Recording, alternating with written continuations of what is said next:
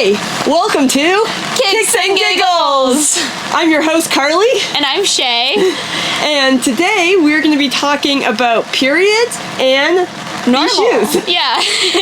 And we are in a slightly different location today because it's raining. And a little bit cold. And really cold. So we're still in our backyard, you just get a different view today. Yep. And we have a nice shelter above us, courtesy of Andy. Thanks, Andy. You always get a shout out every time, cameraman. Great. So we'll hopefully make this a little bit of a shorter episode. But first we wanted, because we're supposed to be a woman show, talk about periods and natural occurrence. It happens to women every month, unfortunately. Should be talked about more. So Shay, what do you typically use when you get your cycle? I usually just use pads. Oh look, we brought props again. Go us. They're in the shoes. Okay, so I have questions for you then, because I don't think I've used a pad since I was like 13. Okay. How does that work when you run? You either wear it or you don't, depending on the day. And what's your preference? Or is does your flow fluctuate to make Mine's you like usually wear it pretty light, so I can usually just like free bleed if I need to. So you would like free bleed on a run, but then like wear it if you were wearing real people, non-running attire? Yeah. Okay. Is there a reason why you like use a pad, say, instead of maybe a tampon? I don't like the thought of getting toxic shock syndrome. Okay, fair. Yeah. Fair. So you run, obviously, everyone knows that you run a lot longer distances than I do. Yeah. So what would you do, like, if your next race is Western States, or sorry, the Western States Endurance Run. If you want to get technical with it, sure. Yeah. What would you do during that long of an event? If you were on your period, if you were unfortunately on your period. Well, that's like also why I wouldn't want to wear tampons, because I wouldn't want to keep changing it for fear of getting toxic shock syndrome. So I would just I would not really wear anything and just go. Would you like change your shorts during the race, or would you be embarrassed? Maybe I might change my shorts, but usually mine's not like too heavy, so I don't think it would necessarily be an issue. But yeah, like if it drips down my leg, it drips down my leg. It's a 100-mile race. I don't think people care. I don't care. If someone cares, it's not my problem. What about you? What do you typically wear? I use during a race? A menstrual cup, and there's a ton of different types. I actually have two of them. I think this one's called the Flex Cup, and I think I also have the Pixie Cup. I think they're all the same. Apparently there's minute differences between all of them that I don't know, I only have two. But I have been using this probably for over 8 or 9 years. And I don't think I would ever I have a tampon I have a tampon just for an emergency. I probably had this tampon since college. And it's just in case of an emergency, because I would they're so much easier. You just wear them. I know a lot of people when I told them at first, I was telling my friends oh, I'm wearing a cup now. Yeah. And my sister or some of my friends' reactions, they made a face what? Ugh, gross. And I was like, how is that any different? And how is this not gross? Yeah. And this is gross. So I don't know. I like them because it's you're not. If you wear a tampon and it absorbs absolutely everything, including blood, and then you have to, it's all dry in there and you have to rip it out of your dry vagina. Not comfortable. But it doesn't, dry everything out. You can just empty it. All right, well, maybe I'll have to try that. You should try them. Okay. I'll get you one. I keep one in my backpack, and then my second one I keep in the bathroom, because we'll just ask you guys if you also have this issue. Even though I track my period, and I've had my period regularly since I was 13 years old, every single month it is a surprise when it arrives. And the whole week leading up, you're feel absolutely trash, and you don't know why, even though it happens every single month. Do the math on that. How many months of my life has this happened? And I'm cranky, I'm grouchy, I'm irritable. It feels like the world is ending. Usually I cry. Yep. No clue what is happening. And then the next day it's oh, that makes sense. Oh, that's why I'm not a raging bitch. Yeah. Just my period. Okay. And eat chocolate. Ice cream. Ice cream? Maybe ice cream. Yeah, do you ever notice you feel any different on runs in your luteal phase, leading up? So because I track it, but I'm probably also like really really bad at tracking it, so I don't look, because I don't want to get like bogged. Like I know some people say there's like training for your cycle, and some people train on their like for their cycle, but I don't really want to get like bogged down of, because like if there's a race, like you can't control I can't control what it is, so I like try not to actually pay attention to that. But 100%. How about you? Yeah, same. I don't. Yeah, I mean, I usually don't feel great the week leading up to it, and I'm like, oh, like why am I like tired? Feel more short of breath. Like what is going on? And then it comes, and I'm like, oh, yeah, that makes sense. So then you're talking about some metrics, so you can actually like notice that you're short of breath. Oh yeah, I mean like you just start to notice patterns over. Do you notice? Do you have like hard data from your watch or anything that? I wouldn't say I have hard data, but you were talking about like temperature. Yeah. At one point. Yeah. Well, I have like Aura Ring, which tracks your temperature when you sleep, and just like as you ovulate, your temperature increases. Like your body temperature. So just like your temperature just fluctuates, which is why all researchers hate researching women because our metrics like change month to month. Well, that probably doesn't help like racing in super hot races. Yeah, that's a good point.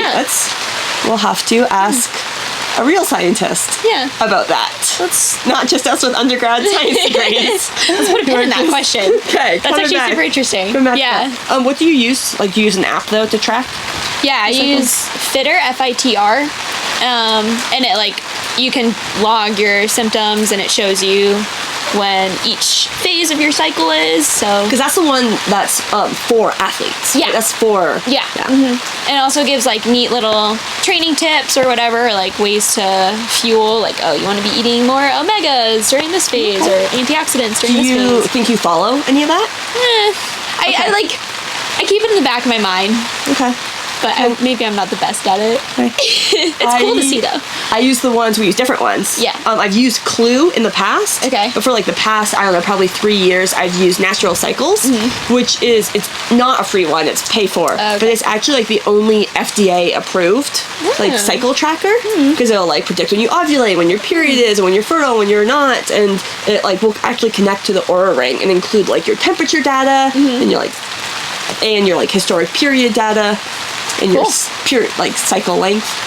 Do you know your cycle length? Yeah. It's around 30 days. Okay. Well, mine's 28, so we thought we were synced up. We were. But now we're definitely going to get unsynced eventually. Okay. Any other questions for you about periods? You can let us know, and we'll answer them later for us personally and our personal experiences. Yes. But anyway, we'll move on to Nnormal. Here, I'll put these in my pocket. So these are the Kajir. How do we say that? We should have practiced that. And then it doesn't even we have also been saying the Nnormal around their house. Not normal. It doesn't even say. Oh, look, mine have a K in them so that you know these are mine. Okay. Okay, bloopers, you're going to put over what this actually is. On the screen below. That's embarrassing. So typically, we got these for a training camp for Trail Team Moab. And first let's talk about the color. Yes. It's very almost earth tony. Honestly, it fit for our training camp in Moab. Perfect for Moab. Because it was like all red dirt. Yeah. So I think the color was, I don't think this is like my absolute favorite color of a shoe. Like if I had choices, I would not pick this color off the wall. It's fine though. I mean, the color's not like a deal breaker. Great for Moab. Okay, other things. Size. We'll talk about size. I feel like mine fit a little big. I also feel like mine fit a little big. Yeah. So typically I'm a 6.5. And would you size down, or would you say they feel big? I would size down a half size. Okay. Yeah. Okay, because I did size down a half size. I'm typically a 9, and these are 8.5, and I would still say they feel a little big. Okay, so you might go down a full size. I don't know if I'd go down a size. I think they'd be maybe too small, but definitely I would say that's how they like half a size. If you have a wide foot, I think these would be great. They like the midfoot and the forefoot. I have a lot of space, and I don't feel like it like holds my foot in as well. So you say like it's loose, because like it feels loose. If you look at the where the laces are, they're diagonal. Yeah. Do you think that is pro con? I don't know. And maybe it's just like the super industrial material that's used on the outer, on the upper, that makes it So feel it's just loose in here. Yeah. And yeah. so I ran in these in Moab. It was pretty technical. Yeah. I would say pros. There goes our tent! There goes the rainstorm! Okay. I would say, out of any shoe I've ever worn, this has the best grip. Yeah, these are like so grippy. The Vibram Mega bottoms. grip. Positive. We were hiking in these, and you would just hear all of the runners walking up like Whale Rock and wherever we were, and it was just Devil's Furnace. Oh, it was fiery furnace. Fiery furnace. Which is now closed. But and you would just like hear, scrambling. You could do such good scrambling in these because it would just stick to the rocks, like stick to slip rocks. Yeah, I think that was really great. Cool. That was positive. I hate this shoe. This is the worst shoe I've ever worn. Blank.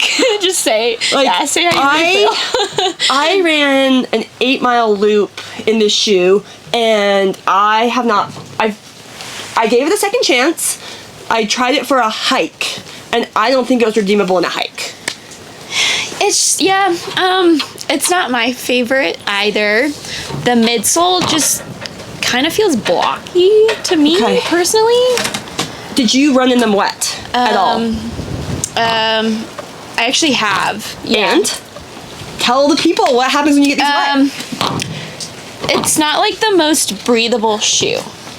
So is your sock just wet? Yeah. You just felt soggy? It doesn't drain as well. Okay. But Where did you run in it wet? Indiana. Oh, okay. Yeah. Okay. But it is like super durable. So I would say I'm not afraid of tearing the upper on the shoe at all. Finding and you could so running in water, probably a low score because the water gets stuck. It doesn't sloshing around. Like it sloshes. It doesn't really drain. Okay. Next thing, blisterability. I got the worst blisters ever in these shoes on both of my Achilles. Like it just chewed up my Achilles to the point where I had a PT appointment like the week after camp. They're like, what? He looked at my feet and was like, "What did you do?" And it was I ran 8 miles in these shoes, and like I have never had it took a while for those blisters to clear up. So blisterability, I would give these a 0, being zero being very blistery. I did get some blisters, not as bad probably as yours. In your Achilles? Yeah. Yeah. So okay. That's not good. Another complaint that we heard a lot that I also have is that they're not foot shaped. And it felt weird that like the longest part was not what your big toe was.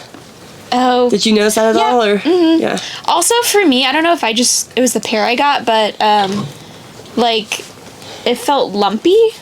Inside? Like the insert was lumpy. Like the insert was too big for my shoe, so it was bunching up. Oh, that's really weird. Yeah. Okay, so that's a big defect. Yeah. I didn't have that because I was just so focused on my Achilles hurting and trying to get back to the car. Yeah.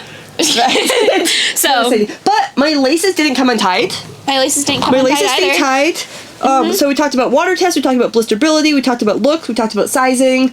Cushion. How'd you feel about the cushion? It doesn't have much give. It doesn't. I mean, that's cushion, but I mean flexibility there. Yeah. I just think. I mean, this thing is a tank. It's a tank. So if you want a tank, this is the shoe for you. Okay. Yeah. Would you? And here's a disclaimer: we did get these shoes for free. Would you spend money on this shoe? Probably not. No. I would not wear my free pair again. Okay. Sorry. Well, sorry. And we also don't have that many miles. Maybe if you wear them in, your Achilles will feel better, but I think I have a total of like 10 miles on these shoes, and I couldn't get past that because my feet are important. I need to be able to run, so I couldn't get past that to try them. It wasn't worth it for me. How much have you ran in them? Less than 20 miles, probably. Yeah, not worth it. But on another note, we are trying out Shea Sky clothing. Say Sky. What did you say? You said Shea Sky. Shea Sky. I think it's Shea Sky. Everything's about Shea. Really? Shea Sky. So we got a bunch of their clothes, so we'll be trying it out in the next couple weeks and giving you a review. So far, it's been great. So far, we like it. Outside in the cold right now. Yeah. All right.